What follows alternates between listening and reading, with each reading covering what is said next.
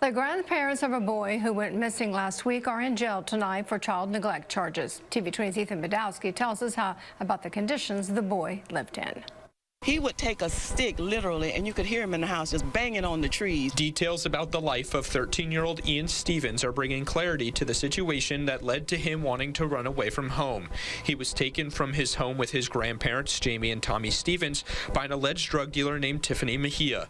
Neighbors of Stevens at Oaklade Apartments say it was clear the child did not have a lot of guidance. I just know he used to be out late at nighttime. I just always wanted to know why a child would be out so late.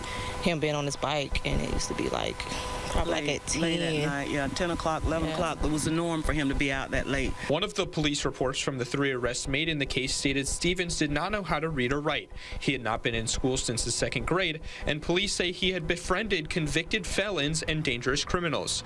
Police also said Ian did not know what city he lived in. He slept on a mattress on the floor and only had a few items of clothing.